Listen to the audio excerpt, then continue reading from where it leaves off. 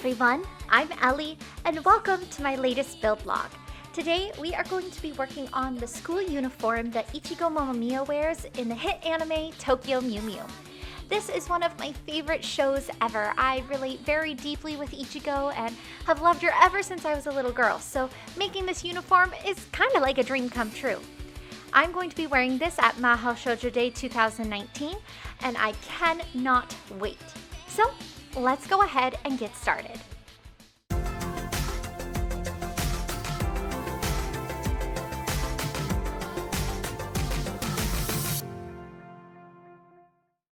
Of course, before we can actually begin sewing our costume, we're going to need to gather our materials. I'm using approximately 3 yards of gray suiting, about 1 yard of black twill, around half a yard of white crepe, a half a yard of red dupioni, of course 3 yards of white cotton for our lining, an invisible gray zipper, and some beautiful white lace. The first thing we're going to do is cut out our circle skirt. I'm using a half circle pattern for Ichigo's dress. My waist radius is going to be approximately 10 inches, and the length is going to be approximately 18 inches. So I'm using my tape measure a bit like a pinwheel and pinning along the 10-inch mark and the 28-inch mark of my measuring tape. Once this has been pinned all the way along my circle skirt, I'm going to go ahead and cut it out using my scissors, making sure to leave a little bit of extra room for seam allowance. I'm going to be cutting the same circle out of my white cotton lining, and then I'm going to hang them up for the night so they can drape. Next, we're going to start working on the bodice of Ichigo's uniform. I created this pattern based on a simplicity pattern that I already had. I'm going to be scanning this and adding it to my website, so be sure to go to ellieeverts.com if you want to make this costume. Of course, I'm going to be cutting out all of my pieces, paying extra attention to the bias, and making sure to cut out everything twice. And I won't just be cutting this out of my gray suiting, I'm also going to be cutting it out of my white cotton that I'm going to be using for my lining.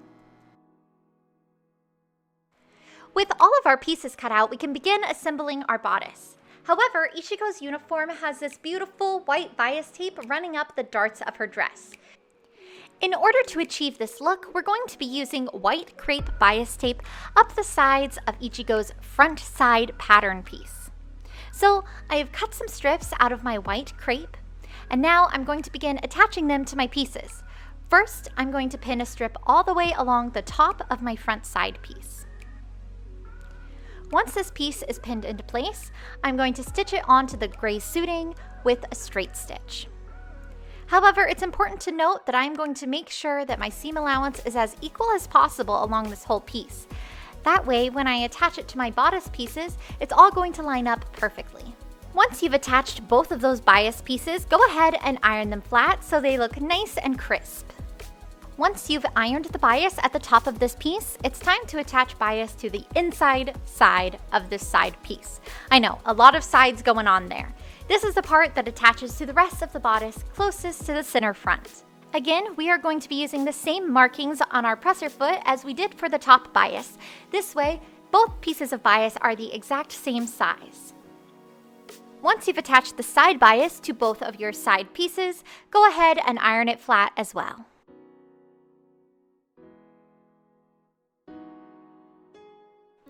Now you can see that these pieces look really nice once they've been ironed. So I'm going to trim off all the extra bias tape, as well as any gray material that isn't covered by our bias tape. After that, it's time to attach these pieces to our main bodice piece. I'm going to start by pinning the inner part of our side pieces to the corresponding part of our main bodice piece. Of course, I'm leaving a little bit of extra room at the top. That way we still have the seam allowance to attach this piece to the top part of our main bodice piece. If that makes any sense at all. Sewing a clean inset corner can be kind of tricky sometimes. We're going to start by stitching together the two pieces that we had pinned previously. Once you've reached the corner of these two pieces, go ahead and turn your knob to put the needle into this corner, creating a bit of an apex that we can spin our material on. At this point, you should pivot your main bodice material so that the other edge that needs to be attached to this side piece is facing you. Next, you can make a quick little snip into your main bodice piece towards your needle. This is going to give us a little bit more wiggle room so we can make this a nice clean stitch.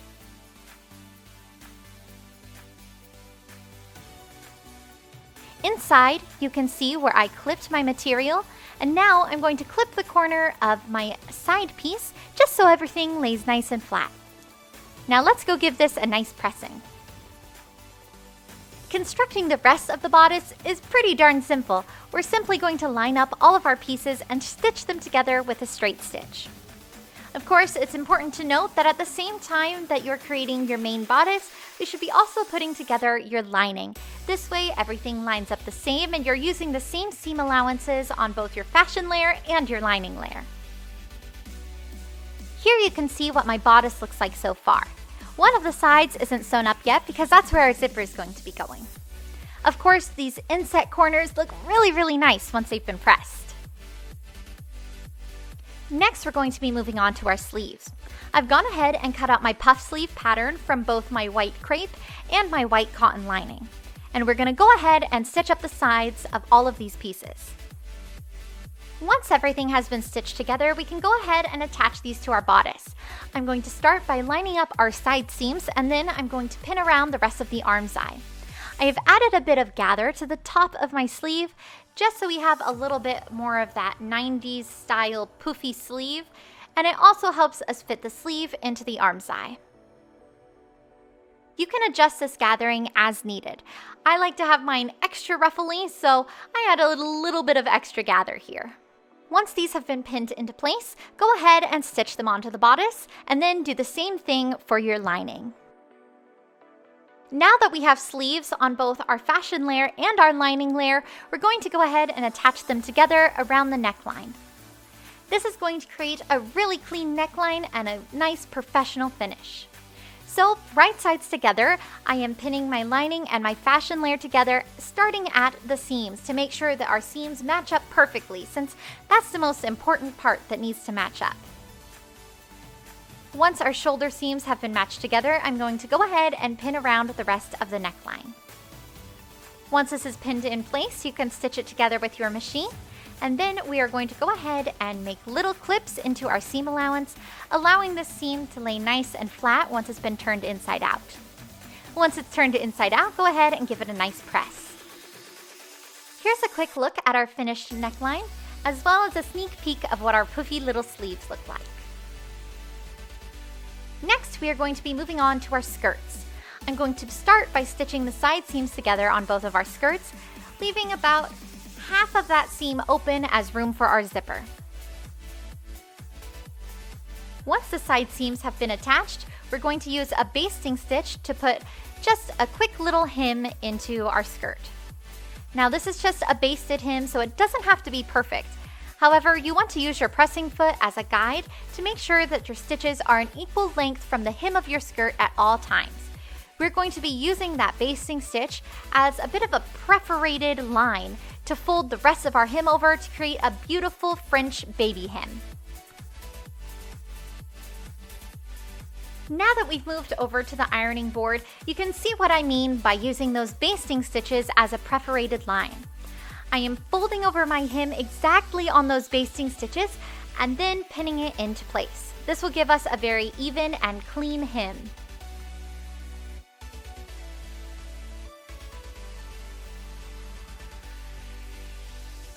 Next, we get to stitch this hem into place. Using a regular straight stitch, I'm going to go ahead and stitch the entire hem into place. I am using my presser foot as a guide again to make sure that my stitches are an equal length from the edge of my hem. I'm also trying to get my stitches as close to the top of my folded material as possible to make sure that everything is well held into place and looks nice and clean. For your lining skirt, you could do the same hem if you wanted to skip out on the lace. However, since I'm adding lace, I simply basted my lining skirt into place and then attached my lace with a straight stitch covering that raw edge. It makes it just a little bit easier and quicker. Here's a quick close-up at the baby hem on this skirt. I absolutely adore this style of hemming. I think it creates a really clean look and is absolutely beautiful. Next, we're going to begin attaching our skirts to both our lining and fashion layer respectively. Putting right sides together and matching up both my skirt and my bodice at the side seam, I'm going to go ahead and pin my skirt onto my bodice all the way around the waistline. Of course, this might have been easier to do before attaching the lining to the fashion layer, but I wasn't quite thinking straight, so we're doing it in this convoluted way. It's fine. Everything's fine. Go ahead and pin this all into place along the waistline and then stitch it on with a nice straight stitch. You're going to do the same thing for the lining layer as well. Once that's stitched into place, go ahead and turn your dress right side out and admire your handiwork. It's really starting to look like Ichigo's uniform at this point. Now we get to attach the invisible zipper. Invisible zippers can be a bit of a pain in the butt and take a lot of trial and error before you get them down perfectly. So feel free to use a regular zipper if the invisible is a little bit out of your skill level. I'm going to start by pinning one side onto my gray fashion layer, and then I'm going to stitch that in place, stitching as close as possible to the teeth of the zippers without catching the teeth. It's kind of tricky. Once that's put into place, I'm going to do the same thing on the other side, and then I'm going to test to make sure my zipper works. Once I'm happy with my zipper, I'm going to put a couple little stitches at both the top and the bottom of the zipper to make sure that I don't accidentally unzip too far or rip through any of my stitches.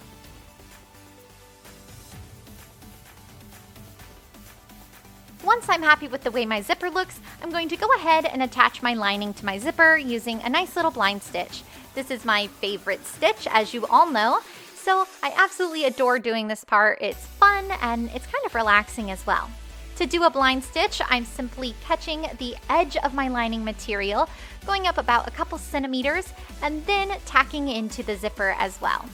This creates a really clean finish, and it almost looks like the entire thing was machine stitched, which is pretty darn cool. Next, we're going to begin working on the cuffs for Ichigo's sleeves, as well as her black sailor collar. I'm cutting both of these pieces out of some black twill material, using a pattern that is based on Catherine Zan's Sailor Fuku pattern, but I've modified it a little bit to fit my shoulders and the length that I wanted. I cut out 2 copies of my sailor collar, and now I'm going to be cutting out 2 copies of my cuffs. The cuffs are basically just long rectangles that are going to be folded onto each other. Of course, these patterns again can be found on my website, ellieeberts.com, so be sure to check that out if you're going to be making this uniform.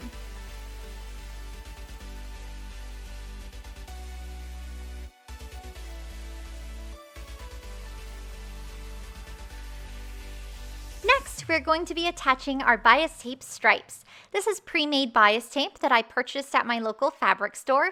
This is 1/4 inch thick double fold bias tape. You could also use ribbon if you'd like, but I prefer bias tape. I think it looks more professional and looks really, really clean. So I am measuring from the edge of my cuff down about 1/2 inch. Here I am pinning my bias tape into place. Once this is pinned into place, I'm going to stitch it down using my machine. Again, I am using my presser foot as a guide to where my stitches need to be. Lining up the edge of my bias tape with the edge of my presser foot ensures that each and every stitch is going to hit that bias tape in the same spot, and it's going to give it a really clean finish. Once my first stripe is pinned into place, I'm going to measure 1/2 inch from the edge of my first stripe and pin my second stripe into place, stitching it down in the same method as the first.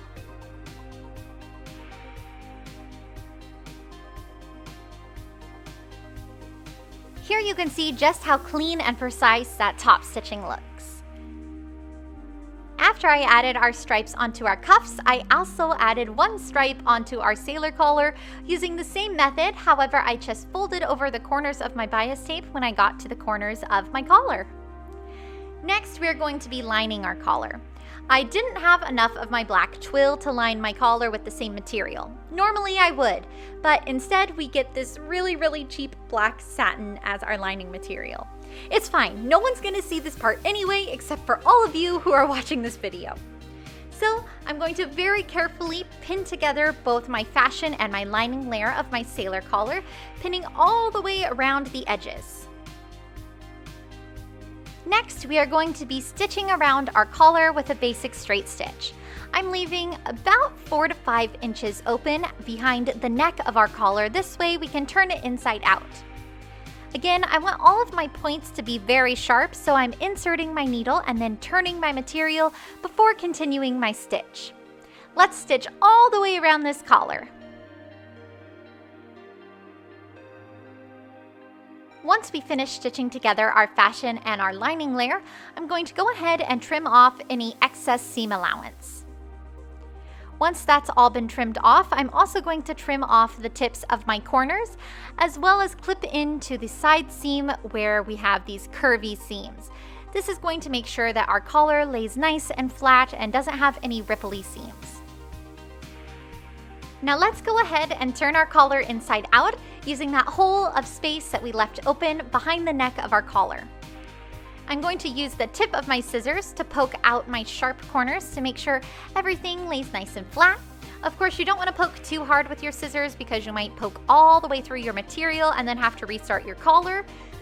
I have learned that the hard way, so take my life lessons, friends.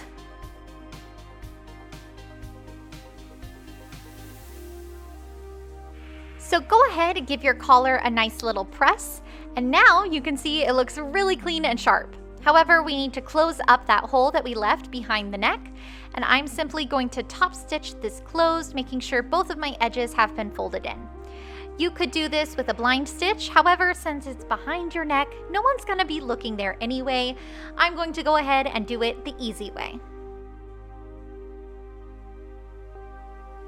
Now that our collar is finished, let's hop back over to our cuffs. I'm going to be stitching up the sides of our cuffs, being sure to line up our bias tape stripes as neatly as possible.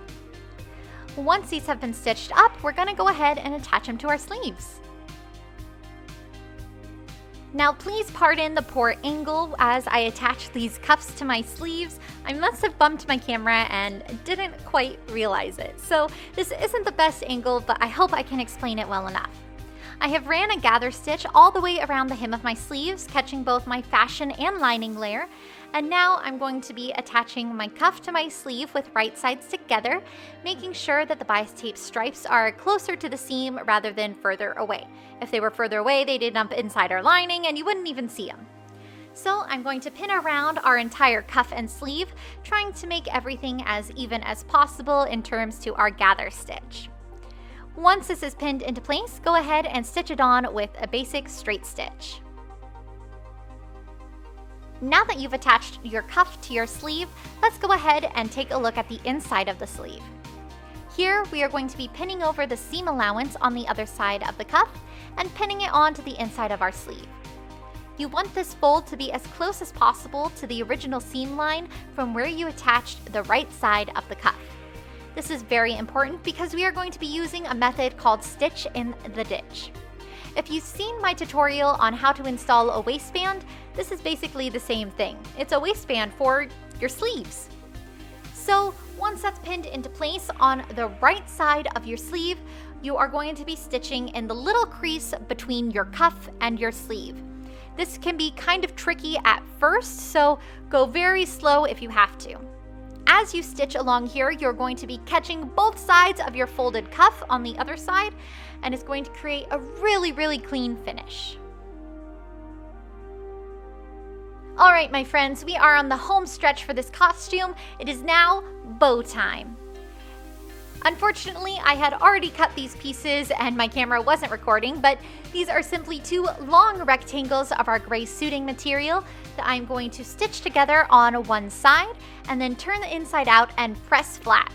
These are going to become the loops of our bows. Now that we have the loops of our bows ready to go, let's go ahead and work on the tails. I've cut these long, almost trapezoidal pieces out of our suiting and have lightly interfaced them.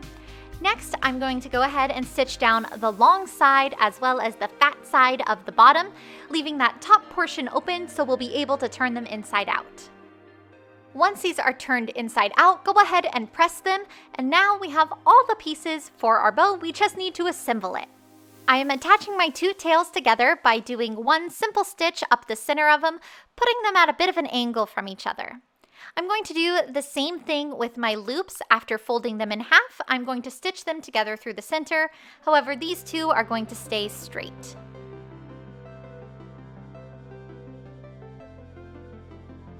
Once I like the positioning of all of my pieces, I'm going to do a little bit of scrunching or pleating or folding to kind of put them together.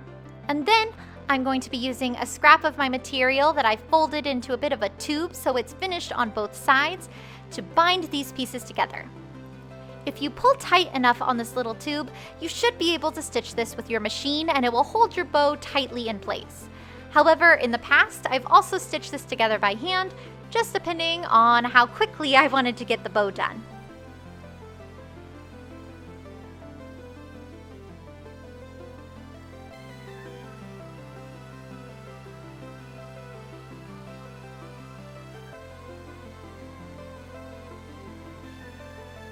Now it's time to move on to the red bow on the front of Ichigo's costume. Here you can see that I have interfaced these pieces of a red dupioni, and I'm going to cut them off of my interfacing so we can stitch them all together. I have two rectangles that are longer than they are wide, as well as four tails that are kind of the same trapezoidal shape as our previous tails. They're just a bit shorter. I'm going to stitch my rectangles together, flip them inside out, and then press them flat. Once those are finished, I'm going to do the same thing with my tails, matching up two corresponding pieces, stitching all the way around them, leaving a little bit open at the top, and then flipping them inside out and pressing. Now, when you're working with really little bows like this, it can be kind of a pain to flip these inside out. Especially now that I wear acrylic nails, it makes it really hard to get my grip on them. So I'm using a pair of pliers to flip these inside out. Once all my pieces are pressed into place, I'm going to go ahead and arrange them just like we did for the butt bow and stitch them together with a scrap of fabric acting as my knot. In order to keep this costume easily wearable, storable, and washable, I'm going to be making all of my accessories removable. In order to achieve this, we're going to be attaching our back bow to our school uniform using two pairs of hook and bar. This is a trick that I picked up from Seira Mew uniforms, which my friend Lunar Lynn made a whole bunch of, and I've had the honor of looking at hers up close. It's absolutely gorgeous. And the way those bat bows are attached is by using some hooks and bars. These are a bit stronger than snaps would be, and they also aren't twisty-turvy, so your bow isn't going to be twisting all over the place as you're wearing it. It's going to be holding directly in place right where you put it. After attaching the bars to my uniform, I attached the hooks to my bow, and now it hooks on beautifully. Ichigo's bow has this sort of floppy look to it, and I think our bow represents that perfectly.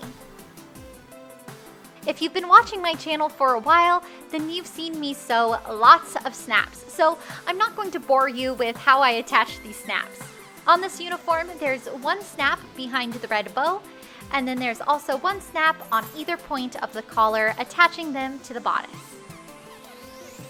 So after adding a few final accessories like Ichigo's belled necklace and hair bows, we are ready to wear this costume. Let's go!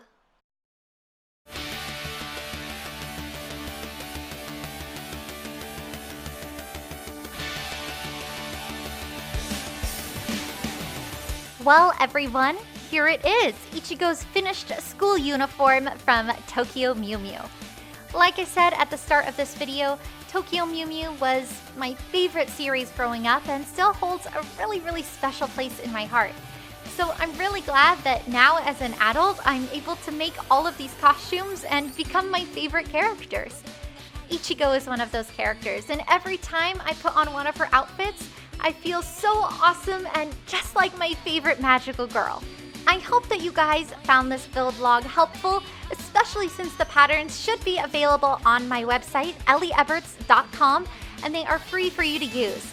Of course, it is only made in my size, but hopefully you'll be able to adjust it for your own needs.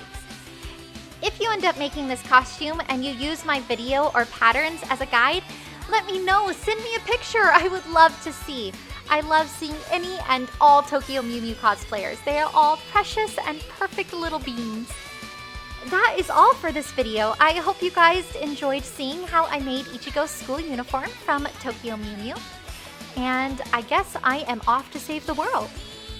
Well, I hope that I will see you all in the next video. Until then, be sure to keep sewing, stay positive, and have fun. I'll see you all next time. Bye!